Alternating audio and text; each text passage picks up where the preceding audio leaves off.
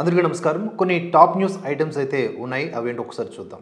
కర్ణాటక ముఖ్యమంత్రి సిద్ధరామయ్య అసెంబ్లీలో మాట్లాడినటువంటి ఒక వీడియో వైరల్ అవుతుంది కదా. అందులో ఆయన మాట్లాడుతూ ఏమన్నారంటే, ఎన్నికల్లో ఓట్ల కోసం ఎన్నో హామీలు ఇస్తాం, అంత మాత్రాన అన్నీ ఫ్రీగా ఇవ్వాలా, మాకు ఇవ్వాలనే ఉంది, అయితే డబ్బులు లేవు అని స్పష్టం చేసినట్లుగా ఉంది.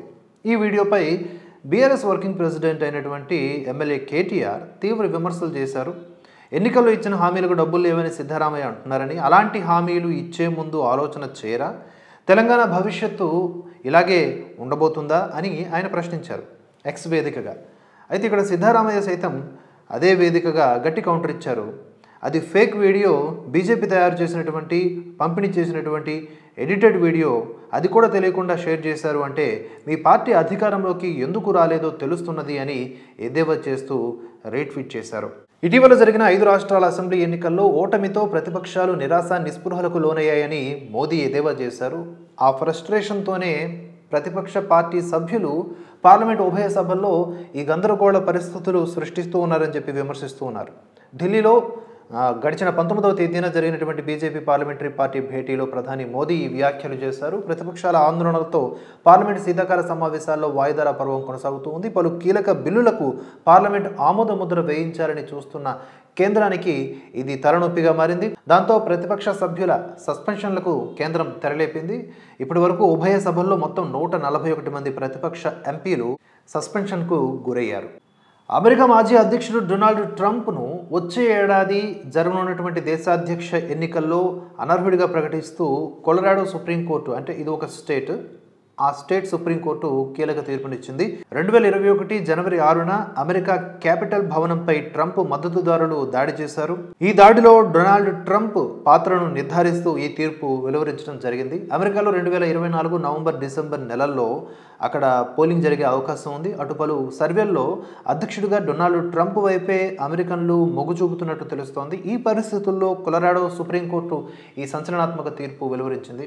అమెరికా రాజ్యాంగంలోని 14వ సవరణ సెక్షన్ 3 ప్రకారము అధ్యక్ష అభ్యర్థిని అనర్హులుగా ప్రకటించడం అయితే కనుక చరిత్రలో ఇదే మొదటిసారి.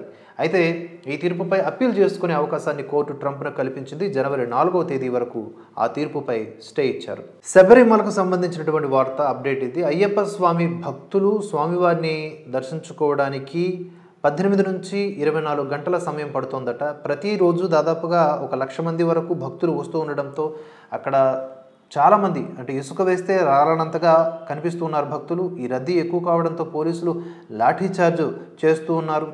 కేరళ ప్రభుత్వం సరైన సదుపాయాలు కల్పించడం లేదని చెప్పేసి అయ్యప్ప స్వాములు అలాగే పలు రాజకీయ పార్టీలు కూడా విమర్శలు చేస్తూ ఉన్నాయి. కేరళ ప్రభుత్వం 16,000 మంది పోలీసులను నియమించామని చెప్పేసి అధికారిక ప్రకటనలతో చెప్తున్నప్పటికీ ఎక్కడ పోలీసులు కనిపించడం లేదనేది భక్తుల మాట. పంబా నుంచి శబరి వరకు ఒక 650 మంది పోలీసులు మాత్రమే ఉన్నట్లు సమాచారం. పంబా పార్కింగ్ స్థలం కూడా కేటాయించకపోవడంతో వాహనదారులు ఇబ్బందులు పడుతూ ఉన్నారు.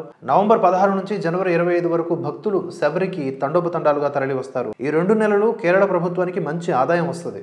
అయినప్పటికీ భక్తులకు మాత్రం సౌకర్యాలు కల్పించడం లేదు అని చెప్పేసి అక్కడ అయ్యప్ప స్వాములు మండిపడుతున్నారు.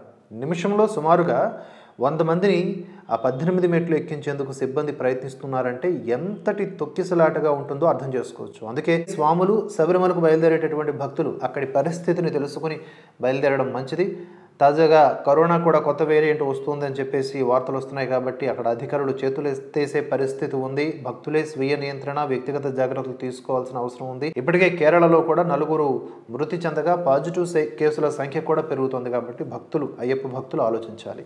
ఉత్తరాదిన 3 రాష్ట్రాల్లో కూడా అధికారం చేపట్టడంలో విఫలమైనటువంటి కాంగ్రెస్ ప్రతిపక్ష కూటమి ఇండి కూటమి, ఈ ఇండి కూటమిలో ఇప్పుడు కొన్ని ఇరకాట పరిస్థితులు ఎదుర్కోవాల్సి వచ్చింది. 3.5 నెలల అనంతరం గడిచిన 19వ తారీఖున ఢిల్లీలో జరిగినటువంటి భేటీలో నేరుగా ప్రధానమంత్రి అభ్యర్థికి కాంగ్రెస్ అధ్యక్షుడు మల్లికార్జున ఖర్గే పేరును పశ్చిమ బెంగాల్ ముఖ్యమంత్రి మమతా బెనర్జీ ప్రతిపాదించడంతో కాంగ్రెస్ ఇప్పుడు ఆత్మరక్షణలో పడింది.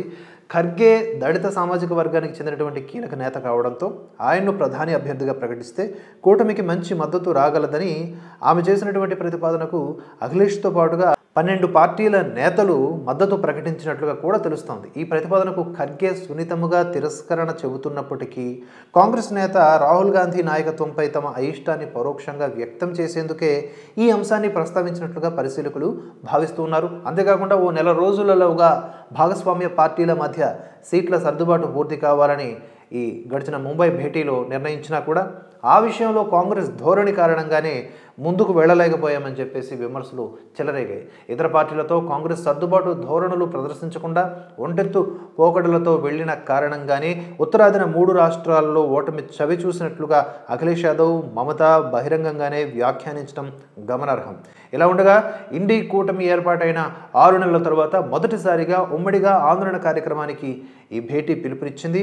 పార్లమెంట్లో విపక్ష సభ్యుల బహిష్కరణకు నిరసనగా ఈ నెల 22న దేశవ్యాప్త ఆందోళన నిర్వహించాలని చెప్పేసి ఈ సమావేశంలో నిర్ణయించారు. అటు నితీష్ కుమార్ గారు చూస్తుంటే ఆయన కూడా కూటమికి ముఖచిత్రం తానే కావాలని చెప్పి తప్పిస్తూ ఉన్నారు. మొత్తంగా ఇండీ కూటమి వ్యవహారం ఎలా ఉంది?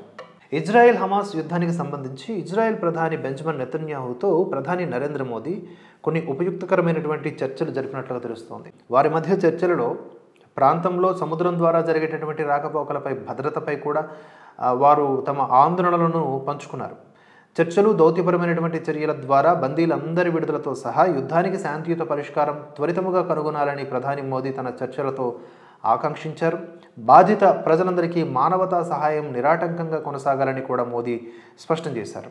ఈ మేరకు వివరాలు ప్రధాని కార్యాలయం ప్రకటించింది. అటు నెతన్యాహుతో జరిపిన చర్చల వివరాలను ప్రధాని మోదీ ఎక్స్ వేదికగా కూడా పంచుకున్నారు.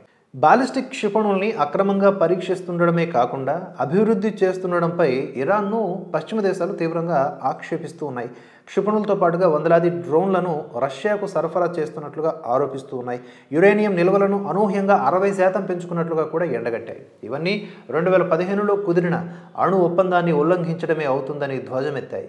అయితే అమెరికా బలమైన మద్దతుతో బ్రిటన్, ఫ్రాన్స్, జర్మనీ చేసినటువంటి ఈ ఆరోపణలను ఇరాన్, దాని మిత్రదేశం రష్యా కొట్టిపారేశాయి. ఈ మేరకు ఐక్యరాజ్య సమితిలోని ఇరాన్ రాయబారి ఆమీర్ ఇర్వానీ, రష్యా రాయబారి నెబెంజియా 2018 నాటి ఉమ్మడి సమగ్ర కార్యాచరణ ప్రణాళిక JCPOA దాని నుంచి అమెరికా వైదొలగడమే కాక పశ్చిమ దేశాలు ఆంక్షలు విధించడం, ఇరాన్ వ్యతిరేక వైఖరిని అవలంబించడాన్ని తూర్పారబట్టారు.